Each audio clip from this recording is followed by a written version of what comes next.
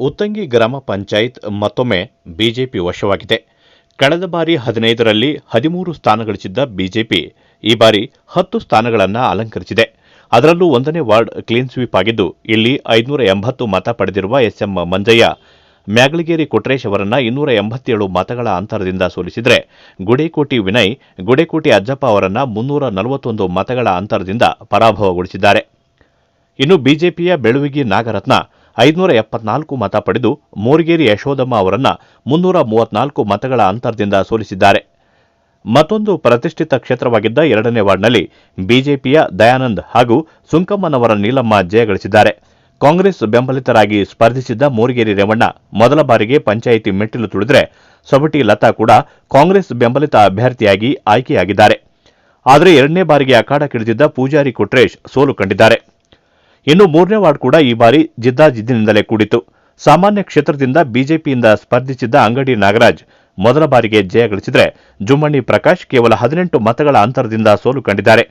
ಇಲ್ಲಿ ಮೇವುಂಡಿ ಕೊಟ್ರಮ್ಮ ಬಿಜೆಪಿಯಿಂದ ಆಯ್ಕೆಯಾದರೆ, ಕಾಂಗ್ರೆಸ್ನ ಮತ್ತಿಹಳ್ಳಿ ಪ್ರಕಾಶ್ ಅವರ ಪತ್ನಿ ಕೊಟ್ರಮ್ಮ ಗೆಲುವಿನ ನಗೆ ಬೀರಿದ್ದಾರೆ. ಉತ್ತಂಗಿಯ ಬಿಜೆಪಿ ಭದ್ರಕೋಟೆ ಅಂತಾನೆ ಕರೆಸಿಕೊಳ್ತಿದ್ದ 4ನೇ ವಾರ್ಡ್ ಈ ಬಾರಿ ತೀವ್ರ ಹಣಾಹಣಿಗೆ ಕಾರಣವಾಗಿತ್ತು.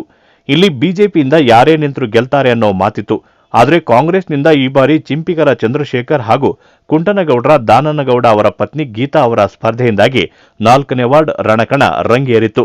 ಅಂತಿಮವಾಗಿ ಕಾಂಗ್ರೆಸ್ನ ಕುಂಟನಗೌಡರ ಗೀತಾ 47 ಮತಗಳ ಅಂತರದಿಂದ ಗೆದ್ದು ಬಿಗಿದ್ದಾರೆ. ಚಂದ್ರಶೇಖರ್ ಅವರ ತೀವ್ರ ಹೋರಾಟದ ನಡುವೆಯೂ ಬಿಜೆಪಿಯ ನೇಕಾರ್ ನಾಗರಾಜ್ ಕೇವಲ 4 ಮತಗಳಿಂದ ರೋಚಕ ಗೆಲುವು ಸಾಧಿಸಿದ್ದಾರೆ. ಇನ್ನು 5ನೇ ವಾರ್ಡ್ ಕೂಡ ಈ ಬಾರಿ ತೀವ್ರ ಸೆಣಸಾಟಕ್ಕೆ ಕಾರಣವಾಗಿತ್ತು. ಈಗಾಗಲೇ ಪಂಚಾಯಿತಿ ಸದಸ್ಯರಾಗಿದ್ದ ಎಂ ಬನ್ಯಪ್ಪ ಹಾಗೂ ಕೆಎಂ ನಟರಾಜ್ ಮತ್ತೊಮ್ಮೆ ಅದೃಷ್ಟ ಪರೀಕ್ಷೆಗೆ ಇಳಿದಿದ್ರು. ಆದರೆ ಅಂತಿಮವಾಗಿ ನಟರಾಜ್ 27 ಮತಗಳ ಅಂತರದಿಂದ ಗೆಲ್ಲುವ ಮೂಲಕ 2ನೇ ಬಾರಿ ಪಂಚಾಯತ್ ಪ್ರವೇಶಿಸಿದ್ದಾರೆ. ಮತ್ತೊಂದೆಡೆ ಚಿಕ್ಕಗೌಡರ ನಾಗರಾಜ್ ಅವರ ಪತ್ನಿಗೂ ಇಲ್ಲಿ ಸೋಲಾಗಿದ್ದು, ಬಿಜೆಪಿಯ ದೇವರಮನಿ ಪವಿತ್ರ 125 ಮತಗಳ ಅಂತರದಿಂದ ಗೆದ್ದು ಬಿಗಿದ್ದಾರೆ. ಆದರೆ ಇದೇ ಕ್ಷೇತ್ರದಲ್ಲಿ ಕಾಂಗ್ರೆಸ್ನ ಬಿ ಶಾಂತಮ್ಮ ಗೆದ್ದು ಬಿಗಿದ್ದಾರೆ. ಇನ್ನು ಇದೇ ಕ್ಷೇತ್ರದಲ್ಲಿ ಪಕ್ಷೇತರ ಅಭ್ಯರ್ಥಿಯಾಗಿ ಸದ್ದು ಮಾಡಿದ್ದ ಸಿಜೆ ನಾಗರಾಜ್ 110 ಮತ ಪಡೆದಿದ್ದು, ಇದು ಕೆಲವರ ಸೋಲಿಗೆ ಕಾರಣವಾಗಿದೆ ಅಂತ ವಿಶ್ಲೇಷಿಸಲಾಗುತ್ತಿದೆ. ಜೆಡಿಎಸ್ನಿಂದ ಸ್ಪರ್ಧಿಸಿದ್ದ ಆರ್ ನಾಗೇಂದ್ರಪ್ಪ ಕೂಡ 25 ಮತಗಳನ್ನು ಪಡೆದಿದ್ದಾರೆ.